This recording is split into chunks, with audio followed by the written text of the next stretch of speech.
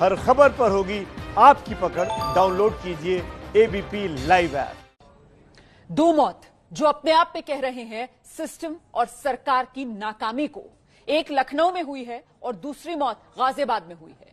एक जगह एक महिला की मौत आत्मदाह की कोशिश के बाद हो जाती है, जबकि गाजियाबाद में पत्रकार पर जानलेवा हमला बदमाश करते हैं और उसकी जान चली जाती है। हमारे इस बुलेटिन में सवाल सरकार से, सवाल पुलिस से, सवाल पूरे सिस्टम से। लखनऊ में आत्मदाह करने वाली महिला की मौत हो गई है, गाजियाबाद में पत्रकार की मौत हो गई है और इन दो मौत के बाद कई सवाल जो खड़े हो गए हैं। सफिया ने विधान भवन के सामने आत्मदाह की कोशिश की थी, वहीं गाजियाबाद में बदमाशों ने पत्रकार को गोली मारी थी सीधे सिर में।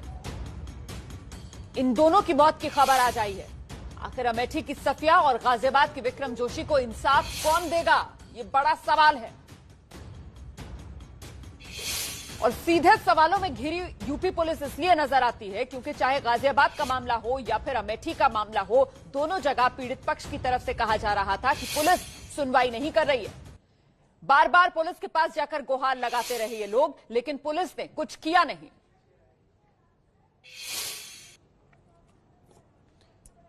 और इस बीच बड़ी खबर इस समय की ये है कि मुख्यमंत्री उत्तर प्रदेश के योगी आदित्यनाथ, उनकी तरफ से ऐलान किया गया है पत्रकार विक्रम जोशी के परिवार को मदद दी जाएगी आर्थिक तौर पर। अब वो मदद क्या होगी ये आपको बता देते हैं। 10 लाख रुपए की नकद मदद का ऐलान जो किया गया है, साथ ही पत्नी को नौकरी, बच्चों को मुफ्त शिक्षा देने का वादा भी किया है।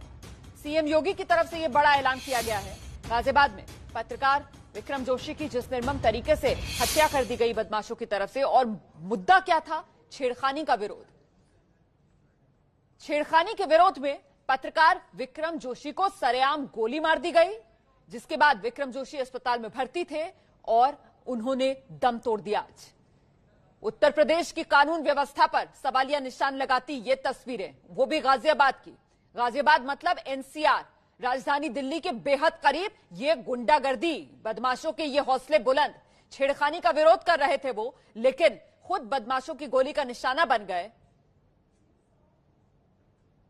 और अब मुख्यमंत्री की तरफ से ऐलान किया गया है मदद देने का पत्रकार के परिवार को, लेकिन सवाल बड़े हैं और एबीपी न्यूज के ये सवाल एक एक कर आपके सामने। क्या गुंडों को पुलिस का डर नहीं है? ये बड़ा सवाल। घटना होने तक क्यों सोती रहती है यूपी पुलिस? अमेठी की महिला की शिकायत पर कार्रवाई क्यों नहीं की गई? गाजियाबाद के पत्रकार के हत्यारे अब तक गिरफ्तार क्यों नहीं किए गए? कल तक पुलिस 9 आरोपियों को गिरफ्तार करने की बात कह रही थी गाजियाबाद में पत्रकार पर गोली चलाने के मामले में, लेकिन हत्यारे अब भी पुलिस की गिरफ्त से बाहर हैं। और ये पत्रकार विक्रम जोशी पर जिस तरीके से कातिलाना हमला हुआ था, अब तो मौत भी हो गई है पत्रकार की, वो सीसीटीवी में रिकॉर्ड हुआ। ये तस्वीरें आपके सामने देखिए, कैसे बदमाशों ने हमला किया, गोली मारी, सीधे सिर में गोली मारी पत्रकार विक्रम जोशी के।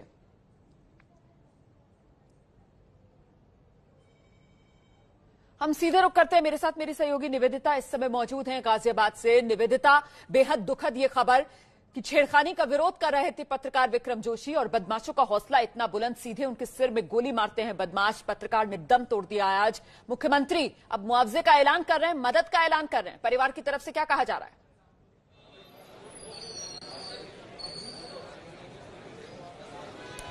जी देखिए, जो मुआवजे की बात हो रही है या फिर मदद की बात हो रही है, वो सिर्फ इसलिए हो सका क्योंकि विक्रम जोशी का परिवार और जो साथी पत्रकार हैं वो सुबह से अड़े हुए थे यहाँ पे। जब परिवार को 3 बजे मौत की खबर मिली, उसके बाद भी परिवार ने बोला कि पोस्टमार्टम तब तक नहीं होता है जब तक खुद डीएम नहीं आते हैं, जब तक वो बात नहीं करते हैं। यहाँ पे एसएसपी वगैरह भी मौजूद रहे, लेकिन परिवार ने किसी से नहीं बात की। उन्होंने बोला कि जब डीएम आएंगे तभी ही आगे की प्रक्रिया पूरी होगी, आश्वासन मिलेगा तभी जो है पोस्टमार्टम के लिए उनकी बॉडी को लेकर के जाया जाएगा। और ऐसा हुआ भी, जब डीएम आए उसके बाद अभी जो विक्रम जोशी के पार्थिव शरीर को ले जाया जा चुका है और पोस्टमार्टम की प्रक्रिया पूरी की जा रही है। इसमें सबसे जो बड़ी बात देखने को मिली, जो कि गाजियाबाद में रहने वाले जो पत्रकार हैं, जो यहाँ पे खुद कवर भी करने आए थे, वो पत्रकार भी धरने पे बैठ गए। पुलिस प्रशासन के हाथ पांव फूलते हुए दिखे। उसके बाद से आनन फानन में यहाँ पे डीएम आए और उन्होंने आश्वासन दिया कि जो भी मांगे परिवार की सब जाएंगे। हालांकि इसमें जब है कि अभी तक कार्रवाई क्यों नहीं हुई और छेड़खानी की शिकायत पर कार्रवाई क्यों नहीं की जा रही थी। उस पर सिर्फ इतना ही कहना है इन लोगों का कि जो चौकी इंचार्ज है उसको निलंबित किया जा चुका है। लेकिन सवाल यही होता है कि आखिर सिर्फ क्या निलंबित करके ये मामले को रफा दफा किया जा सकता है? ये बहुत ही संवेदनशील मामला है। एक पत्रकार इतने दिनों से शिकायत कर रहा है, बड़े लेवल पे कर रहा है, लेकिन इसके बावजूद कोई सुनवाई नहीं हुई। इस वक्त परिवार यहाँ से अस्पताल से जा चुका है, लेकिन साथी पत्रकार उनके यहाँ पे अभी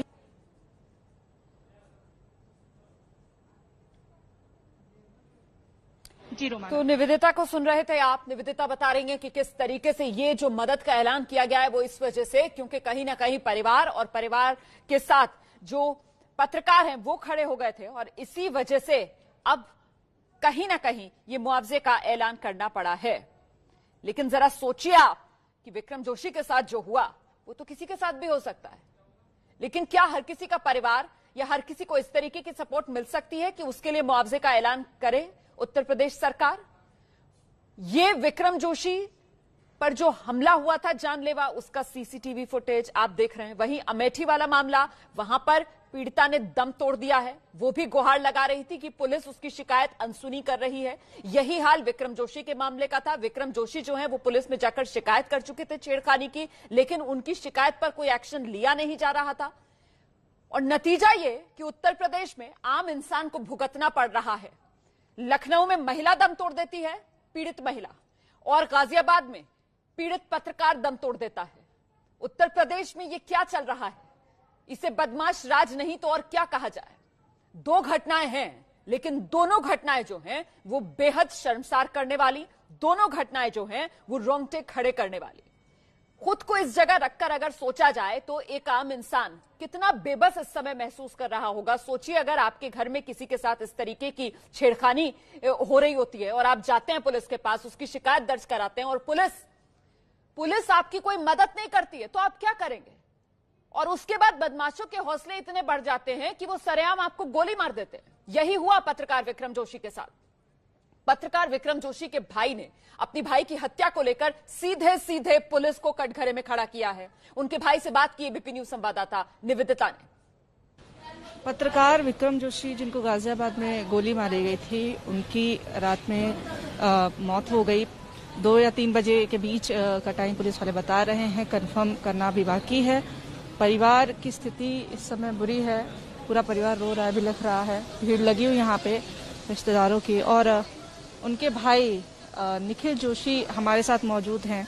परिवार बहुत ही ज्यादा इस समय सदमे में है, परेशान है, बहन है बार बार बेहोश हो रही हैं। भाई से हम बात करेंगे। सर, रात में कब उनके खत्म होने की खबर आई थी? 3 बजे। सर, क्या पुलिस वालों का क्या अब तक रवैया रहा था? पुलिस वाले कुछ कर ही नहीं रहे। हमें तो एनकाउंटर चाहिए उनको, जिन्होंने गोली मारी है उनका एनकाउंटर चाहिए। ऐसे तो पुलिस पाल रही है इनको को। क्या कर रही है पुलिस? कुछ नहीं कर रही है। एनकाउंटर करे उनका, नहीं तो आगे चल के वो भी तो विकास दुबे बन सकते हैं। 3 बच्चे छोटे छोटे, 3 बच्चे उसके छोटे छोटे, गोली करेगा। 3 लड़कियों के सामने गोली मारी। हम अकेले रहते, हम क्या करेंगे हम उनका? हमें एनकाउंटर चाहिए उनका। पुलिस वाले के हमने गिरफ्तार कर रखे हैं बस। तो ये पत्रकार के रोते बिलखते परिवार को आप सुन रहे थे। अच्छा, पत्रकार की जो बहन है वो तो बार बार बेहोश हो रही हैं।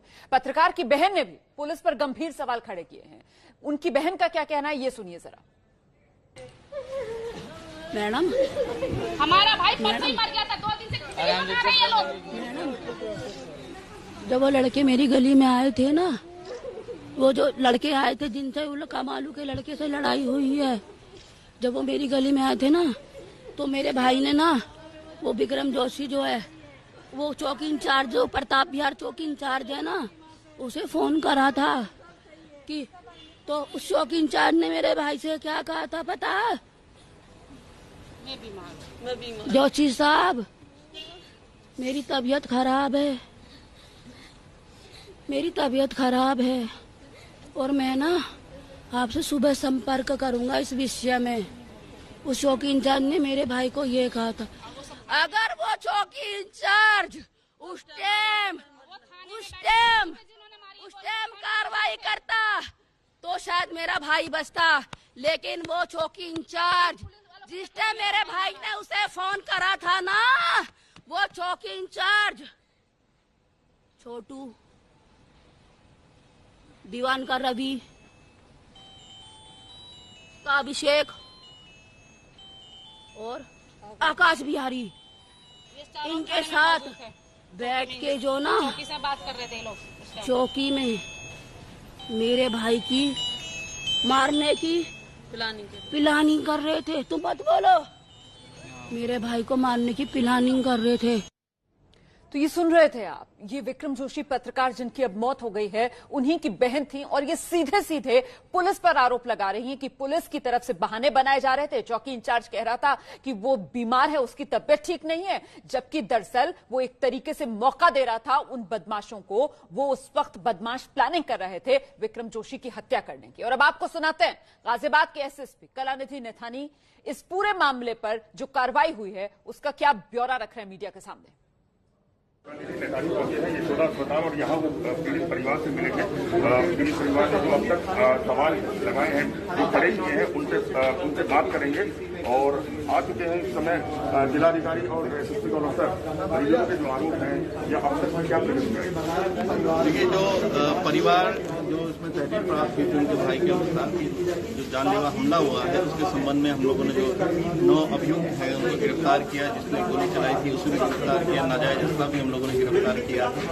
वहीं ये बात भी प्रकाश में आई थी कि 16 तारीख का कोई झगड़े का मामला था जिसमें तहरीर आई थी और एक जो वादी पक्ष है उन्होंने ये भी आरोप लगाया कि हमने छेड़खानी की वहाँ पर शिकायत की थी चौकी पर। चौकी इंचार्ज ने की जो दोनों शिकायतें जो उसके पास दोनों तरफ से आई उस पर प्रोफेशनली एक्ट नहीं किया, इसलिए उस पर कार्रवाई की गई, उसको निलंबित किया गया है। बाकी जितने भी पहलू हैं उस पर COCB 1 को हमने जांच की है। जैसे ही रिपोर्ट आती है कई गंभीर आरोप लगाए थे, यही कारण रहा चौकी इंचार्ज किया गया है। बाकी और भी कोई तथ्य प्रकाश में आता है तो उसके अनुसार कार्य किया जाएगा और आपको अवगत कराया जाएगा। फिलहाल हमारी सहानुभूति है सबसे परिवार। तो ये गाजियाबाद के एसएसपी थे कलानिधि नैथानी, आप उन्हें सुन रहे थे। कुल मिलाकर अब तक इस पूरे मामले में जो कार्रवाई हुई है उसका ब्यौरा हम आपको दिखा देते हैं। देखिए, विक्रम जोशी पत्रकार की हत्या का मामले में पुलिस ने अब तक कुछ लोगों को हिरासत में लिया है, कुछ लोगों को गिरफ्तार किया है। 9 आरोपी बताए जा रहे हैं जो इस पूरे मामले में अब तक पुलिस ने गिरफ्तार किए हैं। लेकिन बड़ा सवाल यह है कि इस मामले में जो मुख्य आरोपी हैं वो अभी भी पुलिस की गिरफ्त से बाहर हैं। आरोपियों पर आईपीसी की धारा के तहत मामला दर्ज किया गया है,